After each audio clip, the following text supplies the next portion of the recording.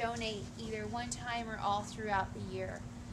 But the majority of the money that we receive is from people who care about Union Station and care about helping people who are homeless. And then the other part of our funding comes from government grants. So the government supports us through different grants. And we also get some money from churches and from corporations as well. Yes. How do kids get back from school from how do they get back here? So either public transportation, which we pay for, or if they need a ride, we give them a ride. We have a passenger van kind of like yours. And then some of the parents have cars as well, so they might drive along. All right, we'll do last two, okay? Okay. She's gotta get You too? Okay. How do you find jobs and houses and schools for children and adults? That's a really good question. It's our staff. So the housing is our staff. We have housing specialists who are constantly out there looking for housing, working with landlords to make sure that they'll, help people who are moving in. We get assistance so that we can help families pay their rent up to 6 months, so they can really, really stay there and get up on their feet and be there for a long time. And then the school system. Everybody's in Pasadena school system. So. How do they earn money? A lot of the parents work here. I'll give you one quick client story. But a lot of the parents who are here are working. If they aren't working, then they are in our job assistance program. And those parents who are unemployed typically get some type of disability or some type of money from the government. So unemployment or benefits of some sort. So everybody here has some kind of income that they can be saving. Okay? All right. I want to do one last Is that okay? Okay. Yeah, of course. Okay. Go ahead. What kind of food do you do for dinner? For dinner? Yeah. Great question. So our groups come and make amazing meals. So it looked like they were going to do some kind of taco night tonight. That's what it looked like. What's that? Taquitos, yeah. We have groups that, one of them favorite dishes is fried chicken. I have a lot of groups that do fried chicken, mashed potatoes, but we have guidelines, so there's always a main component, vegetables or salad, and then, maybe if it's lasagna, then there's garlic bread, and then of course dessert and punch. It's always provided. One last question, yes. What if some of the kids or adults are allergic to something? Then they let us know, and that's a really good question. If they have special needs, then our kitchen staff who's here in the morning, her name's Joanne, she's fantastic, and she went to culinary school, makes delicious food. She'll make something special if needed for the kids. Okay, so I'm going to tell you one story about somebody who stayed in this facility, just so you have an idea of people who utilize this kind of service. So there's a gentleman named Dennis, just not even 2 years ago, and his 7-year-old daughter. And Dennis is a sales representative. He was really good at his job. In fact, he worked all the time. He was a workaholic, and he loved photography. So he started a photography business on the weekends. But he was married at the time. But because he worked all the time, his marriage fell apart. And then shortly after that happened, he was laid off from his sales job, and all he had was his photography business, which he didn't establish it well enough yet.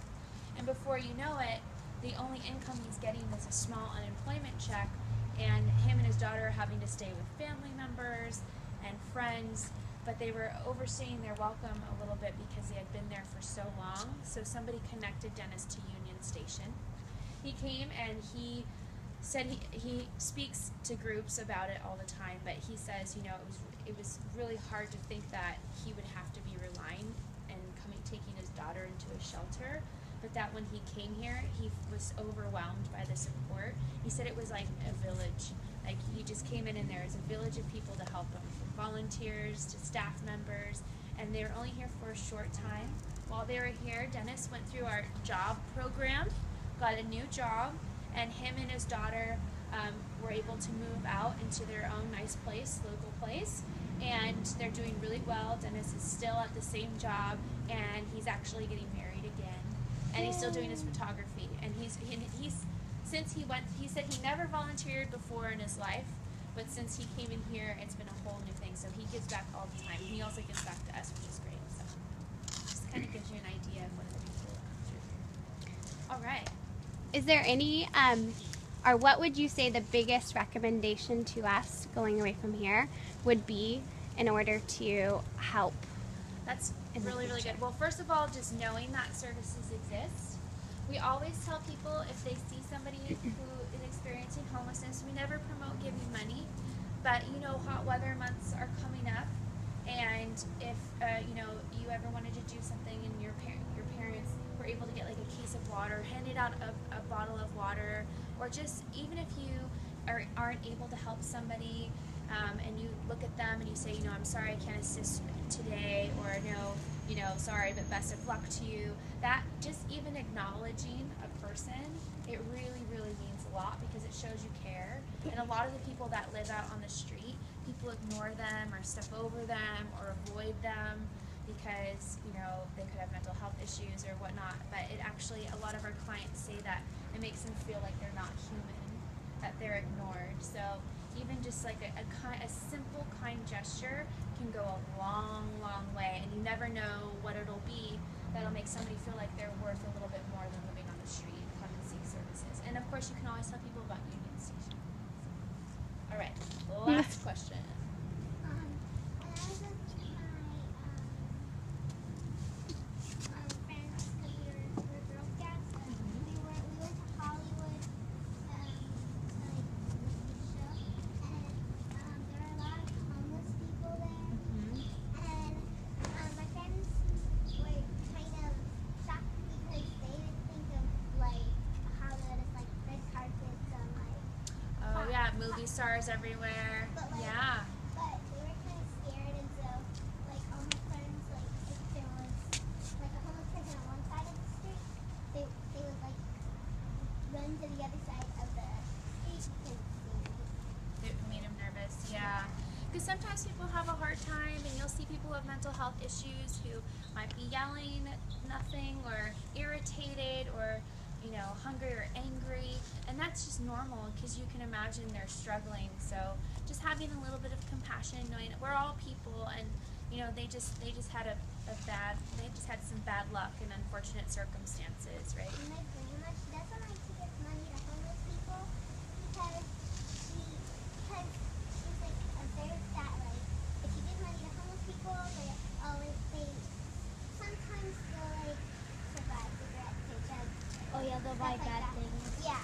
Yeah, which is why we say Some of them have mental health problems, issues or so addiction problems. Yeah. She doesn't really, like, she wants to help them, but Like if you're gonna give something, you should probably give like food or something. yeah, Yeah, you like, can you don't always know what give- they're gonna use. You can always give a bottle of water. You can always give a granola bar. You can always do something like that. But yeah, we never promote giving money because But some people think. some people do. Yeah, some people do, and they want to do that because it helps an immediate need.